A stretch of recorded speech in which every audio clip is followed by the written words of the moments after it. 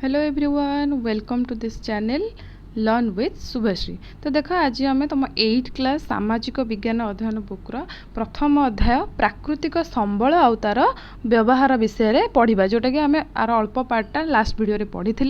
एवं आगू आम पढ़ा। देख कौन पढ़ी लास्ट पार्ट रे आम नवीकरण योग्य संबल विषय पढ़ी। आज आम नवीकरण अयोग्य संबल विषय आज पढ़ा।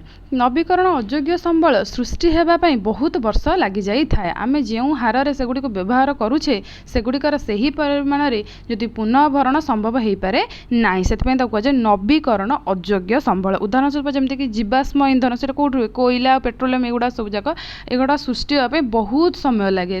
लुहा तंबा सुना भली खनिज एवं धातु गुड़िक यही संबलर सब कौन अंतर्भुक्त सबुड़ कौन नवीकरण अयोग्य संबल। भारत में यथेष्ट परिमाण कोयला भंडार रही वर्धित जनसंख्यार शक्ति आवश्यकता पूरण पर आम यही कोयलार खनन करिथाउ। तेबे भारत में गच्छित थिबा कोयला भंडार आउ 50 वर्ष पर्यंत रही पारे बोली आकलन करा जाउछि, किंतु 50 वर्ष पर पुणी आउ एगुड़िक एते परिमाण आमको मिलिबो नाही। आउ एगुड़िक सृष्टि होबे बहुत वर्ष समय भी लगी जीव। तो क्रमागत जनसंख्यार वृद्धि होउछि आउ देश विकास करबा पई आमको दिनकु दिन विभिन्न प्रकार शक्तिर चाहिदा भी वृद्धि पाइबार लागिछि। जे पर्यंत यार स्थायी विकल्प व्यापक भाव में उपलब्ध होई नहीं, जमीक जीवाश्म इंधन परिवर्तन आउ किसी व्यवहार व्यापक होई नहीं, से पर्यंत आम गच्छित थिबा कोयलार यथोचित व्यवहार करने को हम मैंने देखी चाहिए व्यवहार करने को हम। ठीक अच्छे। तो प्राकृतिक संबल गुड़िकर बंटन एवं यार प्रभाव कौन है ना, प्राकृतिक संबल गुड़िक पृथ्वीर विभिन्न प्रांतर किंबा कौन सी देश भितर सामान भाव में बंटा होगी नहीं। ठीक अच्छे। एगुड़ाक असमान भाव में मानव बसती कौटी वाणिज्यर प्रकार भेद आंतर्जातीय संपर्क और संघर्ष को रूप दे थाए। यही प्राकृतिक संबल उपरे अधिकार सब्यस्त करने अतीत अनेक युद्ध यही सब जिनस को पाइबापी एवं एवं अनेक युद्ध जारी रही। देख ये आमको गोटे देइछि मुख्य खनिज द्रव्यर बंटन कौ जगह आमको कौन कौन सब मिलूँ। ठीक अच्छे। यही सब जगह आमको जहाँ जहाँ जिनस मिलूँ से सब देइछि। यही जगह आम मुख्य मुख्य खनिज द्रव्य सब बंटा होगी अच्छी सामान भाव तो ना सब जगह ना। तो प्राकृतिक संबल मिलुथिबा स्थान में स्थापित शिल्पानुष्ठान गुड़िक स्थानीय लोक मानक निजुक्तिर सुजोग सृष्टि करे। जो एरिया जो सब शिल्पानुष्ठान खोलुची गढ़ी उठुची से कौन हो लोक मैंने निजुक्ति पाउछन्ति। एगुड़िकर चतुर्पार्श्व सहर गढ़ी उठी थाए। जेहेतु से जिनस गुड़ा शिल्प अनुष्ठान है से जिनस बिक्री हम तो बड़ बड़ सहर गढ़ी उठिब जहाँकि अन्य मानक आर्थिक सुजोग सृष्टि करें। लोक मैंने कौन करें निज आर्थिक संबल सुदृढ़ कर। आधुनिक सुविधा सुजोग द्वारा जीवनशैली उन्नत होता है। स्वल्पकालीन हो बा दीर्घकालीन हो उन्नत जीवनशैली खर्च बहुल होता है। जितेबाला भी अल्प हो कि समय हो कि बहुत समय जेहेतु लाइफस्टाइल आम डेभलप कर जाऊँगी तेणुक आम कौन हो बहुत खर्च बढ़ी बढ़िका जाऊँगी। यहीपरि विकास निमंते पृथ्वीर संबल समृद्ध अंचल लोक मैंने विस्थापित होबार अनेक उदाहरण रही। तापर कौन देख केतक क्षेत्र में विस्थापित मान पवित्र बासभूमि संकटापूर्ण अवस्था रही। विस्थापित मान गोटे जगह गोटे जगह रहा तो से एरिया छाड़ी जाऊँगी कहीं एरिया किसी संकटापूर्ण अवस्था भी सेमाने रही अनेक द्वंद्व भी सृष्टि है। किंतु शिल्पायन तथा मानव ज्ञान दक्षतार समन्वय जोगु अति उच्चमानर उत्पाद मान सृष्टि होउची। उड स्टील भली उच्चमानर इस्पात यार हूँ गोटे उदाहरण। यह व्यतीत प्राकृतिक संबलर भौगोलिक स्थिति उपर निर्भर करी जातीय और अंतर्जातीय वाणिज्य प्रभावित होउची। आमे जानू जे भारत में बृहत साम्राज्य विकास को अतीतर वाणिज्य ही इंधन जगैथिला। अतीतर छोट छोट वाणिज्य को ही एबे एते बृहत समाज गढ़ी उठिची। देख आउ कि जाना कही जेकोसी दुईटी प्राकृतिक संबल चयन कर भारत विभिन्न स्थान में सेगुड़िकर उपलब्धता विषय सूचना कर एक मानचित्र चिह्नित कर। प्राकृतिक राजनैतिक सीमा को प्रकृति राजनैतिक सीमा को कौन ध्यान दिए नहीं। एथिपाई विभिन्न देश राज्य मध्य प्राकृतिक संबल अंशीदार उत्तेजना सृष्टि होती। तो प्रकृति तो जाने ना आम कौन से गोटे राजनैतिक सीमा रेखा आगू जाए ये करूँ तो से कौन हो सबुआड़े प्राकृतिक संबल गुड़िक सामान भाव में ना तेणु यही जिनसपाई आम बहुत उत्तेजना भी सृष्टि हो। कर्णाटक तमिलनाडु केरला पुडुचेरी मध्य कावेरी नदीर जल बंटन हो गोटे प्रकृष्ट उदाहरण। ठीक अच्छे। यही राज्य मानक मध्य आलोचना और दक्षतापूर्ण परिचालना द्वारा शांति बजाय रखा सह न्याय संगत बंटनर आवश्यकता रही कौन ना कावेरी जलर कावेरी नदीर जल। ଏହା ନିଶ୍ଚିତ ଯେ ପଡ଼ୋଶୀ ଦେଶମାନଙ୍କ ମଧ୍ୟରେ ଏହିଭଳି ଚୁକ୍ତିନାମାରେ ପହଞ୍ଚିବା ଏତେ ସହଜସାଧ୍ୟ ବେପାର ମଧ୍ୟ ନୁହେଁ। ଦେଖ ଏଇଟା କାବେରୀ ନଦୀ ଉପରେ ନିର୍ମିତ ଗୋଟେ ତାମିଲନାଡୁର ମେଟୁର ବନ୍ଧ ଅଛି। ଏଇ ନଦୀ ପାଇଁ ବା ଏଇ ନଦୀର ଜଳର ବ୍ୟବହାର ପାଇଁ କର୍ଣ୍ଣାଟକ ତାମିଲନାଡୁ ଏଇସବୁ ଏରିଆରେ କ'ଣ ହେଉଛି ବହୁତ ସାରା ଉତ୍ତେଜନା ସୃଷ୍ଟି ହେଉଛି। ଦେଇଛି ପ୍ରାକୃତିକ ସମ୍ବଳର ବିଲକ୍ଷଣ ମାନେ ହେଉଛି କର୍ସ, ଯେଉଁଟାକି ନ୍ୟାଚୁରାଲ ରିସୋର୍ସ କର୍ସ ବୋଲି କହିଛି। ପ୍ରାକୃତିକ ସମ୍ବଳର ପ୍ରାଚୁର୍ଯ୍ୟ ଅର୍ଥନୈତିକ ସମୃଦ୍ଧିକୁ ସୁନିଶ୍ଚିତ କରିନଥାଏ। କେତେକ ଅଞ୍ଚଳ ପ୍ରାକୃତିକ ସମ୍ବଳରେ ସମୃଦ୍ଧ ଥିବା ସତ୍ତ୍ୱେ ସେଠାରେ ଆର୍ଥିକ ଅଭିବୃଦ୍ଧି ବା ବିକାଶର ଧାରା ମନ୍ଥର ରହିଥାଏ। ମାନେ ସେଠି ବହୁତ ଜିନିଷ ମିଳୁଛି, ତାହା ସହିତ ଥିବା ପ୍ରାକୃତିକ ସମ୍ବଳ ଭରପୁର ପରିମାଣରେ ଅଛି, କିନ୍ତୁ ସେଠି ବିକାଶ ହେଇପାରୁନି। ବିକାଶ ବା ଡେଭଲପମେଣ୍ଟଟା ବହୁତ ସ୍ଲୋ ପ୍ରୋସେସ୍ରେ ହେଉଛି। କାହିଁକି ହେଉଛି? ଦେଶରେ ଅନେକ ସାମାଜିକ ଆର୍ଥିକ ସମସ୍ୟାମାନ ସୃଷ୍ଟି ହେଉଛି। ଏହି ପରିସ୍ଥିତିକୁ ଅର୍ଥନୀତିଜ୍ଞମାନେ ପ୍ରାକୃତିକ ସମ୍ବଳର ବିଲକ୍ଷଣ କିମ୍ବା ପ୍ରଚୁରତାର ବିରୋଧାଭାସ ବୋଲି ମଧ୍ୟ କହିଛନ୍ତି। ସରଳ ଭାବରେ କହିବାକୁ ଗଲେ ଯେ ପ୍ରଚୁର ପ୍ରାକୃତିକ ସମ୍ବଳ ରହିଥିବା ଦେଶକୁ ଧନୀ କୁହାଯାଇ ପାରିବନି। ଆମ ଦେଶରେ ବହୁତ ସାରା ପ୍ରାକୃତିକ ସମ୍ବଳ ଅଛି, ତାମାନେ ଆମେ ଧନୀ ନୁହଁ। କାହିଁକି ନା ବହୁ କ୍ଷେତ୍ରରେ ସମ୍ବଳକୁ ଉଚ୍ଚ ମୂଲ୍ୟର ଉତ୍ପାଦନରେ ପରିଣତ କରିବାକୁ ପଡ଼େ।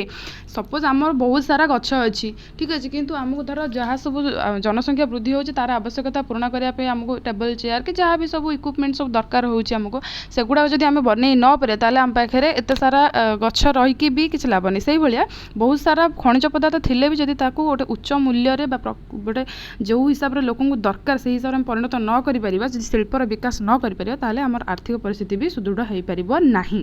ତ ଏହି ପୁସ୍ତକର ଶେଷରେ ଦିଆଯାଇଛି ଉତ୍ପାଦନର କାରକ ଅଧ୍ୟାୟରେ ଏହି ବିଷୟରେ ଅଧିକ ବୁଝିପାରିବେ।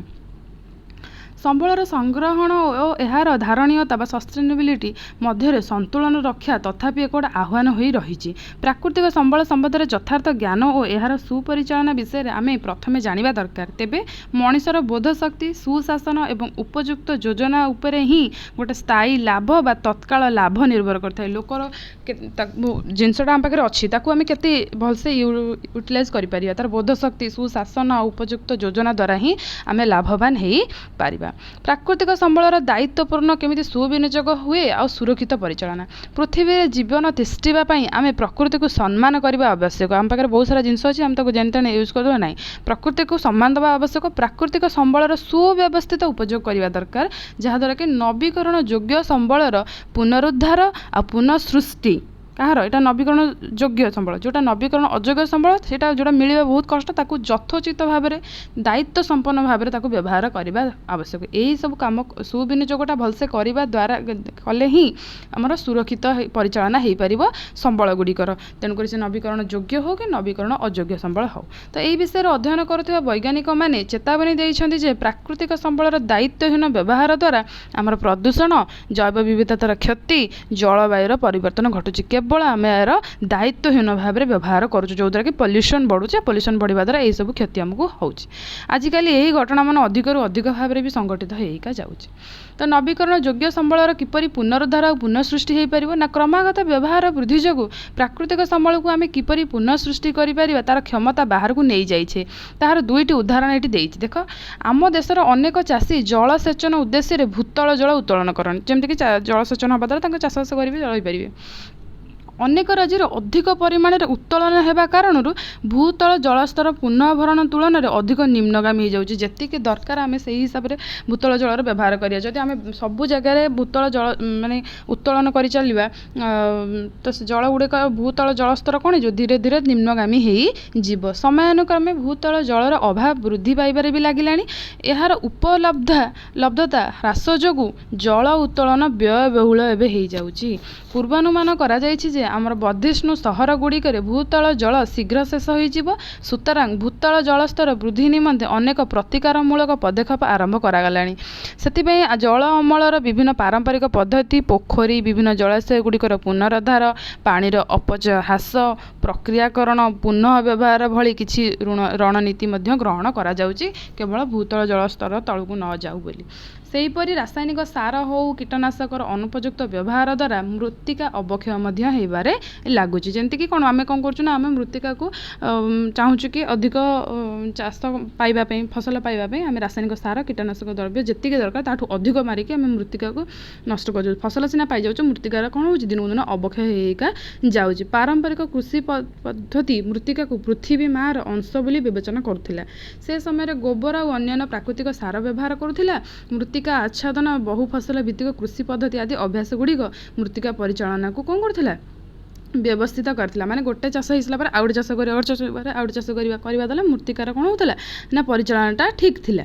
କିନ୍ତୁ ଏବେ ରାସାୟନିକ ସାର ଆଉ କୀଟନାଶକ ଦ୍ରବ୍ୟ ସବୁ ପକାଇକି ମୃତ୍ତିକାକୁ ଅବକ୍ଷୟ କରିବାରେ ଲାଗିଛନ୍ତି।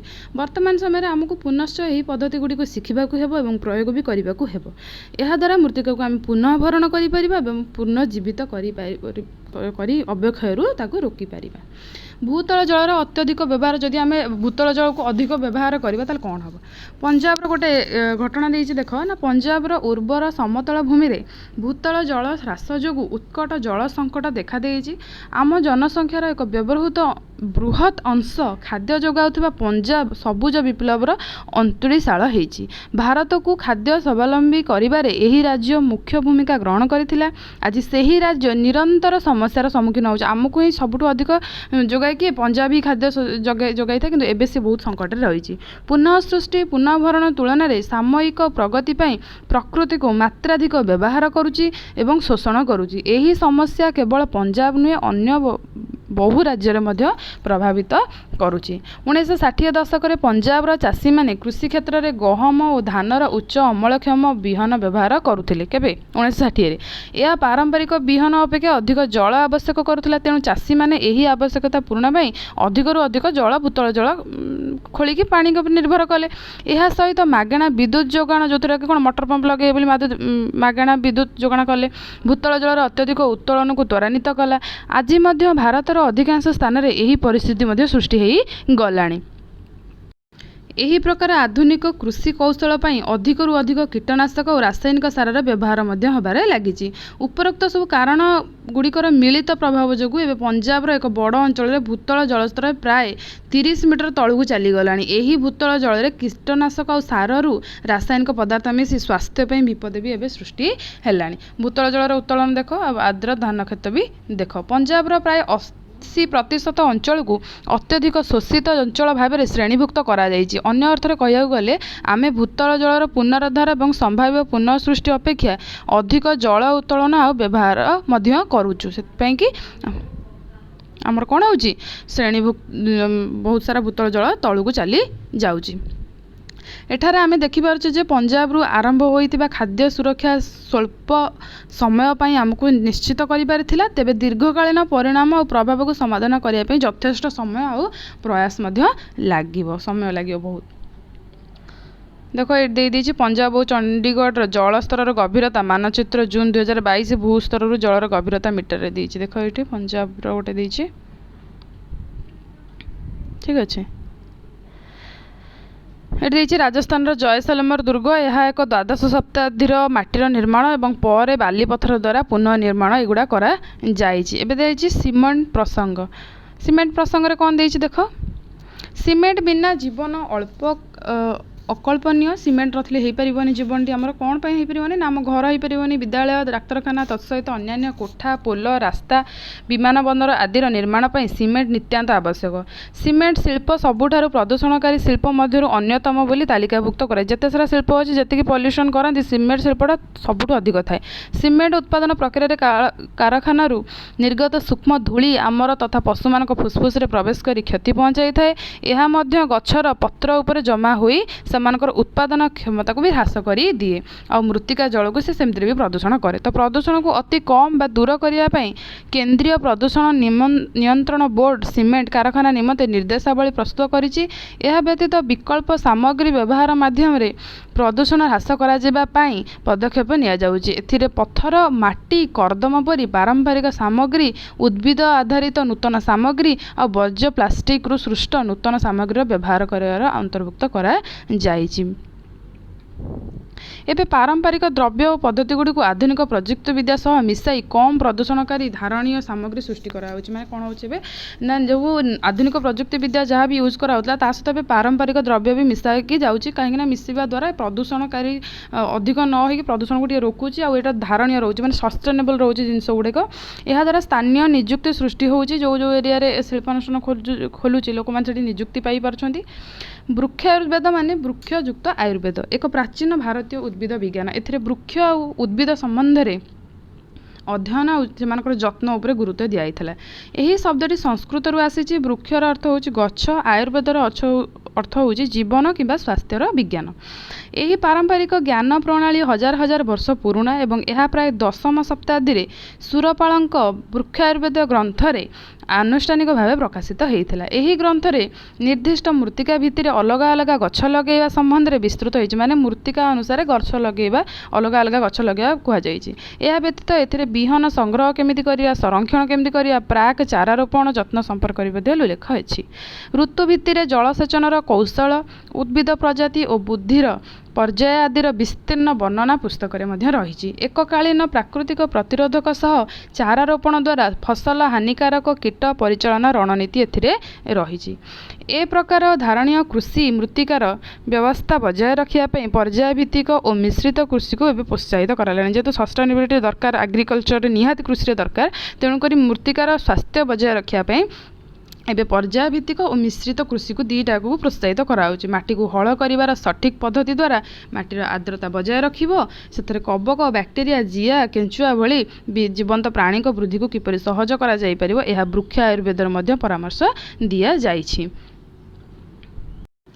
ତ ଏବେ ସିକ୍କିମର ଗୋଟେ ଘଟଣା ପଡ଼ିବ, ପଞ୍ଜାବର ଗୋଟେ ଘଟଣା ଦେଖିଥିଲେ। ଏବେ ସିକ୍କିମ ଦେଖ ଦେଇଛି। ସିକ୍କିମରେ ପେମାଙ୍କ ପାରିବାରିକ କୃଷି ଫାର୍ମରେ ବ୍ୟୟବହୁଳ ରାସାୟନିକ ପଦାର୍ଥର ବ୍ୟବହାର ସତ୍ତ୍ୱେ ଅମଳ କ୍ରମଶଃ ହ୍ରାସ ପାଇଲା ଏବଂ ଋଣ ଭାର ଯୋଗୁଁ ସେମାନେ ଚାପଗ୍ରସ୍ତ ହୋଇଥିଲେ। ତ ରାଜ୍ୟ ସରକାର ସାରା ରାଜ୍ୟରେ ଜୈବିକ କୃଷିକୁ ପ୍ରୋତ୍ସାହିତ କରିବା ପାଇଁ ନୀତି ଘୋଷଣା କଲା ପରେ ପେମାଙ୍କ ପରିବାର ଏହି ପଦ୍ଧତିକୁ ଆପଣେଇବାକୁ ନିଷ୍ପତ୍ତି ନେଲେ, କାହିଁକିନା ପାରମ୍ପରିକ ପଦ୍ଧତିକୁ ବ୍ୟବହାର କରିବା ଦ୍ୱାରା ସେମାନଙ୍କ ମୃତ୍ତିକା ସେମିତି ଠିକ୍ ରହିଲା, ଅବକ୍ଷୟ ହେଲା ନାହିଁ, ଯାହାଦ୍ୱାରା କି ସେମାନଙ୍କ ଅମଳ ଯେଉଁ କ୍ରମଶଃ ହ୍ରାସ ପାଇ ଯାଉଥିଲା ଏଇଟା ଠିକ୍ ହେଇଗଲା।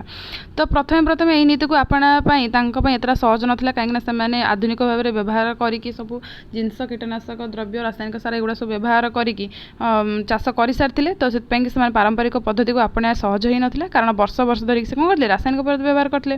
ତ ସେମାନେ କ'ଣ କରିଥିଲେ, ମୃତ୍ତିକାର କ୍ଷୟ ପଛେ ହେଉ, ସେମାନେ କ'ଣ କରିଥିଲେ, ଅଧିକ ଫଳ ଆଶା କରିଥିଲେ, କିନ୍ତୁ ଯେଉଁଟାକି ସେମାନେ ପାଇପାରିଲେ ନାହିଁ କିଛି ବର୍ଷ ପରେ।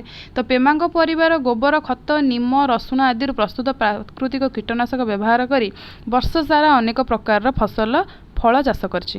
ପ୍ରାୟ 5 ବର୍ଷ ପରେ ପେମାଙ୍କ ଫାର୍ମ ପୁନଶ୍ଚ ଉତ୍ପାଦନକ୍ଷମ ହୋଇଗଲା। ସେ ତାଙ୍କର ଅଳେଇଚ, ଅଦା, ପାରମ୍ପରିକ ପନିପରିବା ସଠିକ୍ ମୂଲ୍ୟରେ ବିକ୍ରୟ କରି ଲାଭବାନ ହେଲେ। 2016 ମସିହାରେ ସମସ୍ତ ଚାଷ ଜମି ସ୍ୱୀକୃତ ବା ପ୍ରାମାଣିକ ଭାବରେ ଜୈବିକ କୃଷି ଅନ୍ତର୍ଗତ ହେବାରୁ ସିକ୍କିମ 100% ଜୈବିକ କୃଷି ରାଜ୍ୟରେ ପରିଣତ ହୋଇଗଲା।